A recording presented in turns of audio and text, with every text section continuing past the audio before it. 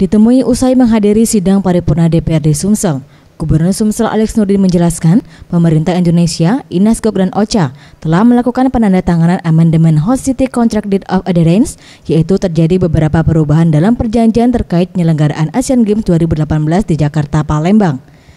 Perubahan yang dimaksud lebih kepada progres sponsorship yang masuk agar lebih fair dan fleksibel, bukan jumlah cabur maupun event yang akan digelar.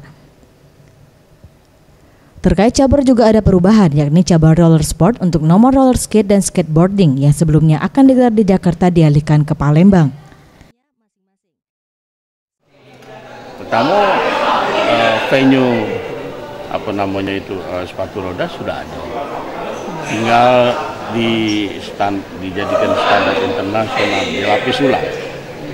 Yang skateboard itu tidak sulit dan tidak mahal. Tapi syaratnya harus dibiayai semua oleh mereka. Berapa perkiraan Pak?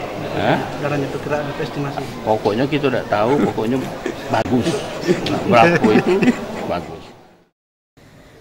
Dengan penambahan cabur ini, Palembang sebagai tuan rumah baru akan memainkan 12 cabur yang sebelumnya hanya 11 cabur. Tentunya peningkatan venue sepatu roda yang berada di Jakabaring akan diupayakan untuk menunjang pelaksanaan cabur tersebut dalam ajang Asian Games 2018. Tim Liputan Sriwijaya TV.